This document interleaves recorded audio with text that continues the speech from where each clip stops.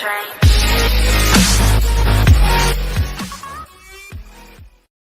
quarterback transfer market kicked off earlier than ever this year, with Michigan's Wilton Speight and Ole Miss Shea Patterson announcing their intention to switch schools before the calendar reached mid-December. But they'll be far from alone. Pittsburgh's Ben DiNucci and Thomas McVitie, along with Washington's KJ Carta-Samuels, will transfer as well.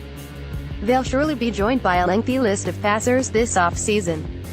After all, 46.9% of 4- and 5-star quarterbacks from 2011 to 2014 opted to transfer. What's more, 52.6% of Elite 11 QBs transferred from 2009 to 2013. It's commonplace, and that transfer-oriented mindset in college football means several notable quarterbacks will face decisions this offseason. 247 Sports look at some of those below.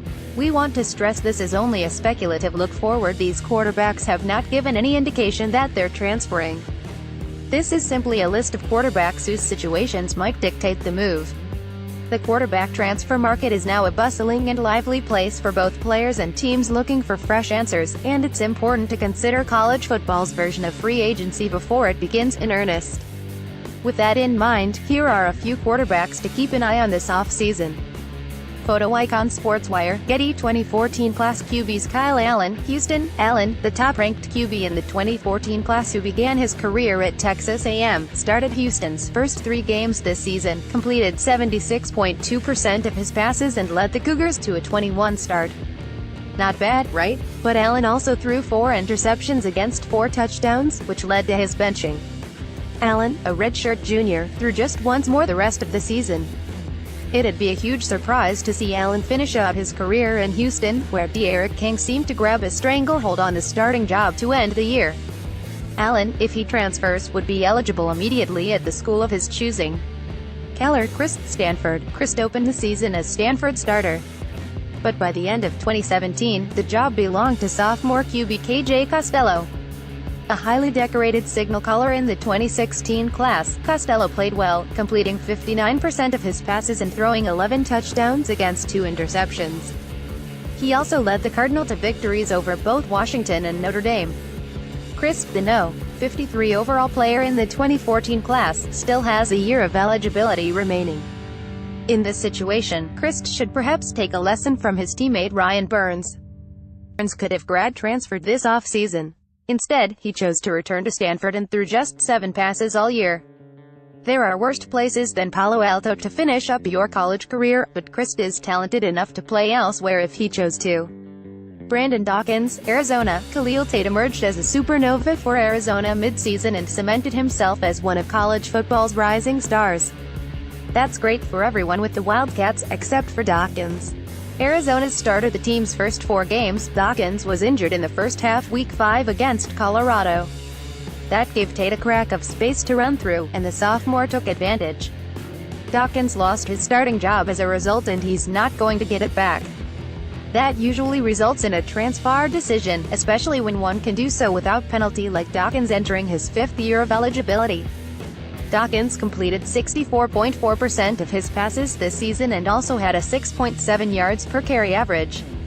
Jalan Mcclendon, NC State, a 4-star prospect in the 2014 class, Mcclendon's been a good soldier for the Wolfpack.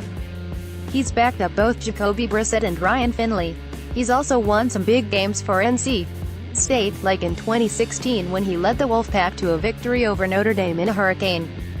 But with Finley, one of the most accurate QBs in all of football, able to return for his senior season, Mcclendon needs to seek opportunity elsewhere if he hopes to play. Mcclendon is an interesting talent at 6'5", 221 pounds. Stuck behind Finley, it would make a lot of sense if he explored grad transfer opportunities. But if Finley decided to test the NFL waters, which is a possibility considering some mock drafts have him slotted as a first-rounder, consider this entire section moot. Photo Hunter Martin, Getty 2015 class. Brady White, Arizona State, the No. 68 overall prospect in the 2015 class. It's been a rough 3 years for White at Arizona State. He redshirted as a true freshman. He had his sophomore season and first career start ended early by injury. In 2017, White served as the Sun Devils' third-string QB behind Manny Wilkins and Blake Barnett. Both Wilkins and Barnett are slated to return in 2018. There will likely be a quarterback battle with a new head coach coming in, but it's hard to see White emerging from that group. If White opted to transfer, he'd have a chance to start anew and potentially play. Quinton Dormady, Tennessee. You never know how a new coaching staff can reset a quarterback competition, but it's going to be an uphill battle for Dormady. First, Jarret Tahno simply played better than Dormady did in 2017 in a similar amount of time. Tahno threw 139 passes and Dormady threw 137, but Tahno completed 61.9% of his passes versus 55.5% for Dormady. Tahno also threw just 2 interceptions compared to 6 for Dormady. Add in the fact Dormady is coming off shoulder surgery, and it's tough to envision him winning his job back. That said, the rising senior could still contribute elsewhere. While turnover-prone, Dormady led the Vols to a 32 record as a starter compared to 17 record for Tahno. Ryan Boyle, Iowa. After switching to wide receiver as a junior, Boyle had a change of heart this offseason and moved back to quarterback. Boyle, 247 Sports Now. 12 dual-threat QB in the 2015 class, served as the Hawkeyes' third-string QB all year and did not travel to Nebraska for the team's regular season finale. Boyle wants to play QB and hasn't played at all, which is usually a recipe for a transfer. And considering Nathan Stanley isn't going anywhere this offseason, it seems rather likely Boyle will move on. Watch out for Stanley's backup, rising fifth-year senior Tyler Wiegers, as well. Tommy Stevens, Penn State. Stevens will have a decision to make this offseason. In fact, he's already said he'll decide this offseason whether he'll stay or go. Here's the skinny with Stevens. He lost Penn State's QB battle to Trace McSorley during his redshirt freshman season in 2016. In the time since, McSorley's emerged as one of the nation's top passers. McSorley also has a year of eligibility remaining. If Stevens stays, he wouldn't start until 2019, his last year of eligibility.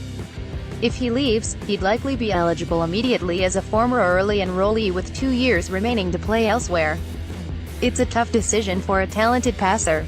But if Stevens leaves, he'll be highly sought after by teams that run up-tempo systems. Joe Burrow, Ohio State. Another rather interesting case in the Big Ten East. Burrow is a talented quarterback once thought of as the successor to J.T. Barrett, but there are no guarantees in the crowded quarterback room that includes Dwayne Haskins and former start recruit Tate Martell, who is a true freshman. Burrow, the rising redshirt junior, could stay during the spring and see where he stands. But if Burrow falls behind Haskins, which is what occurred during the 2017 season after Burrow suffered an injury, he could be an interesting transfer case. Burrow's flashed well in limited action during his career, completing 74% of his passes and throwing 2 touchdowns against no interceptions. Photo copyright Andrew Deeb, USA Today Sports 2016 class. Jacob Eason, Georgia. I covered Eason.